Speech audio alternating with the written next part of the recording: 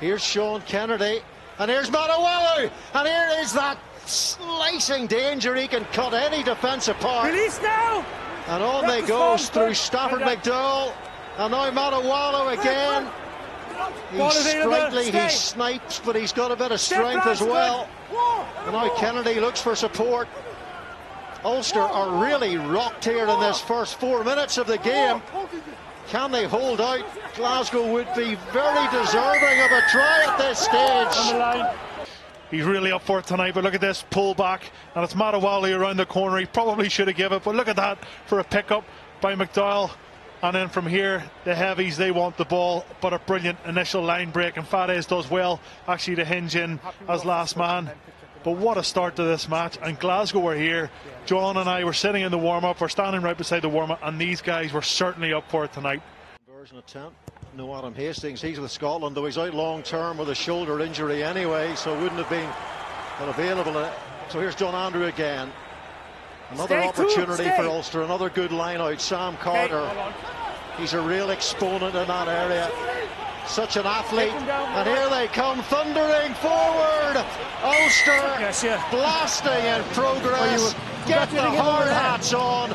100+ caps for the Brumbies. He's the man that's taken a couple of lineouts here at the start of this match, and once they get momentum, John Andrew with the best head of hair in world rugby. Ian Madigan might dispute that, but he gets over for the try, and it's probably what Ulster deserve. And what a game of rugby we have on our hands tonight. That's what Ryan Wilson said before the game. They expected a lot of this. Got to keep quiet, because John Cooney can probably hear us up here in commentary. It is so quiet in the stadium, but it certainly didn't put him off. Andrew, great work again to Ray. Glasgow trying to bring that maul down. Here's John Andrew on his own, slips through the attempted tackle of Peter Horn. Here's John Cooney underneath those Glasgow posts, and Ulster score the try. It's a waterfall of human flesh that goes crashing over. For me, I just think Glasgow set up in defence there. Like, they didn't want, the only place they wanted Ulster to throw the ball was, it was almost like a double bluff. We want you to throw it to the front, we're marking the tail, we're marking the middle, we're going to go up, and then they didn't go up. And that, you know, when you're defending there, that is the hardest place to defend. If you peel off, you're right into the guts of the defence. There's not as many numbers around either side of the throw of the ball. It's great to meet a forward who understands physics. It's a first for me. John Cooney stands and admires it. The great work of the forwards. Off goes Coetzee and Tom Gordon. He's a really good tackler. Here is Cooney. They're going to make the right decisions here, and if they do, they should get over again.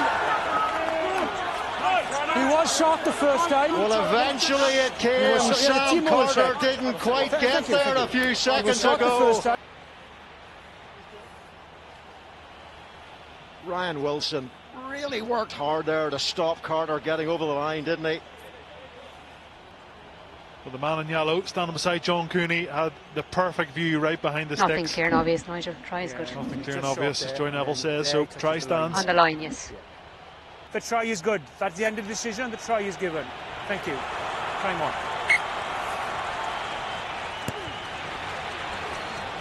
Behind Ian Madigan. Hold it there. He's almost invisible to the Glasgow defence. Good, keep it up. So here is Cooney, now Madigan.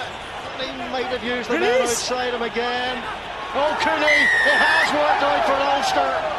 Really well played. Support from John Cooney, who gets the fourth score on the whistle of half-time. Correct me if I'm wrong, Robbo, but that's 9 tries in his last 18 games. Exceptional work by John Cooney. I thought the chance had been blown. Ian Madigan could have thrown a lovely ball over to Craig Gilroy to get in the corner, but that tiring defence of Glasgow just couldn't make it up, and the gap was there, and you don't need to give John Cooney a second chance, and he took it. He's back to full turbo power now, and he adds those extra 2 and takes Ulster into a very, very handy man. Really does count. Laurie, stabbing, jabbing kick, and Peter Horn, a long pass for Brandon Thompson. Matawalu back on after his yellow card. A deliberate knock on. There did appear to be cover in behind Craig Gilroy. If it had been closer to the line, it could easily have been a penalty try, but it was maybe 15 metres out.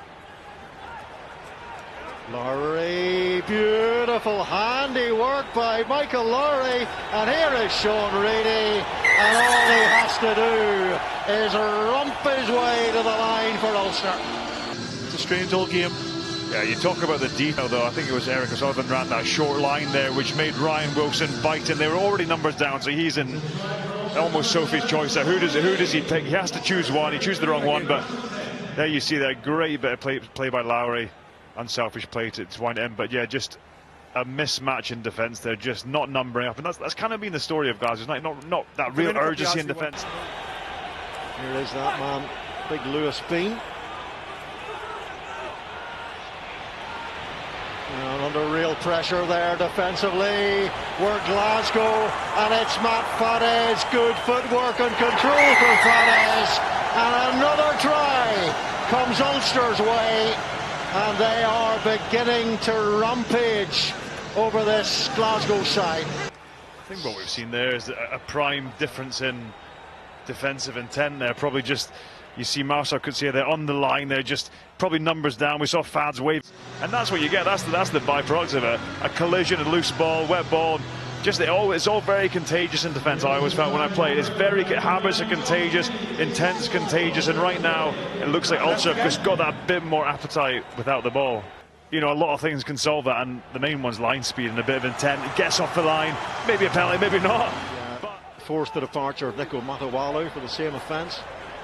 Ryan Wilson takes it well for Glasgow. Is there a response from the Scottish side? Tagibe comes in to help the drive.